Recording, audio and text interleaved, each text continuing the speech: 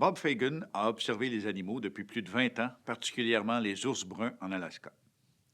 Il suggère que les jeux de lutte permettent à l'ourson de faire des jugements adéquats et de savoir quand il peut avoir confiance ou si l'altercation devient plus violente, il devra se défendre.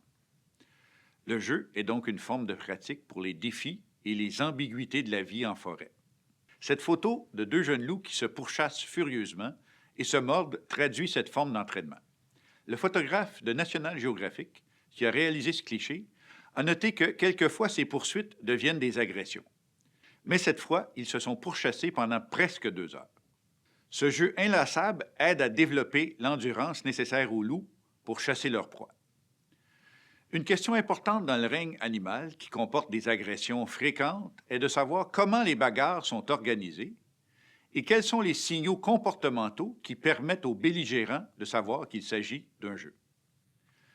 Ces comportements sont très stéréotypés, ce qui rend leur interprétation plus facile et sans ambiguïté.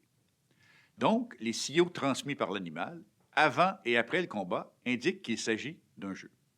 Dans cette image, vous constaterez que les signaux faciaux de différentes espèces d'animaux transmettent des émotions avec des expressions faciales relativement similaires. Pour le gorille de montagne, le renard roux, la bouche ouverte, relâchée, avec un léger rictus, invite au jeu.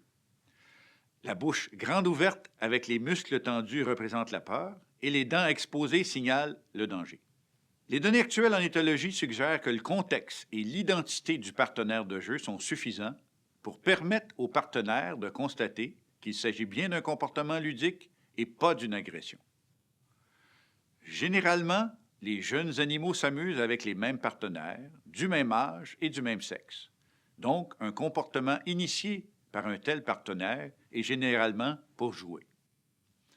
Burkhoff, en 1995, propose que les signaux comportementaux du jeu sont utilisés surtout dans les situations ambiguës, dans lesquelles l'animal qui attaque doit communiquer que son comportement est ludique et non agressif.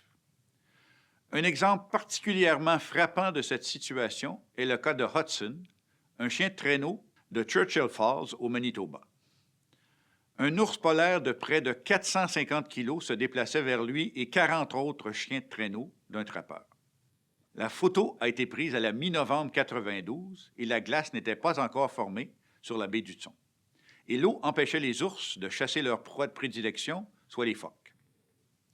Donc, cet ours jeûnait depuis environ 4 mois et le chien avait le potentiel de devenir un repas. L'ours s'est approché, mais le chien n'a pas hurlé de terreur ou tenté de s'échapper. Au contraire, il a secoué la queue et il a incliné le corps vers le bas dans un mouvement qui ressemble un peu à une révérence, comme une invitation à jouer. L'ours a réagi avec un langage corporel et des signes faciaux de non-agression. Et ils se sont mis à jouer ensemble, et à un moment donné, l'ours a même adopté une posture de soumission sur le dos. Comme on peut le constater dans le tableau suivant, il y a 3 hypothèses proposées concernant les fonctions des jeux de lutte. La première concerne l'idée d'un entraînement physique qui prépare au combat, avec des attaques simulées en modifiant les angles et les stratégies de contre-attaque. Ces mouvements sont généralement exécutés plus lentement au début pour ensuite être raffinés avec l'amélioration de l'aisance motrice et l'amélioration de la coordination globale du jeune animal. Cela est un entraînement physique, mais s'agit-il vraiment d'un entraînement au combat? Et cet entraînement n'est pas présent dans toutes les espèces. Pour la hyène tachetée, un animal très agressif, les comportements d'attaque sont efficaces peu de temps après la naissance. Cela est primordial à leur survie dans la savane africaine et donc ne se fait pas tardivement dans la période juvénile. De plus, les animaux élevés sans contacts sociaux et donc sans possibilité de répétition des gestes effectués dans les jeux de lutte ne sont pas démunis et se montrent souvent plus agressifs que la moyenne lorsqu'ils sont remis en contact avec leurs semblables.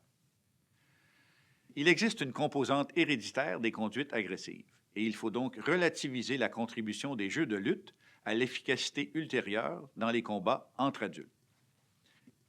Des données issues de l'observation d'expérimentation suggèrent que les jeux de lutte peuvent aider à réguler plus efficacement l'agressivité et ceci constitue la deuxième hypothèse présentée dans ce tableau. Globalement, le jeune animal qui pratique plus souvent la lutte se montrent moins réactifs aux provocations, différencient mieux les situations de jeu de l'agressivité vraie et trouvent plus facilement sa place dans les groupes sociaux où il existe une hiérarchie avec des dominants et des subordonnés. Finalement, il y a relativement peu d'études longitudinales sur les impacts des jeux de lutte et de poursuite sur le développement des jeunes mammifères. Par contre, la fréquence des jeux de lutte se répartit avec une fonction en U inversée. Elle débute dans l'enfance, atteint sa valeur maximale pendant l'adolescence et diminue dans l'âge adulte. Deuxièmement, la vigueur et la rudesse des jeux de lutte augmentent aussi avec l'âge. Cette augmentation est en lien avec plusieurs des hypothèses sur les fonctions des jeux de lutte et de poursuite, qui suggèrent qu'il s'agit d'un entraînement physique pour survivre aux agressions et les prévenir, en améliorant ses performances motrices et physiques, et l'amélioration de la connaissance du territoire.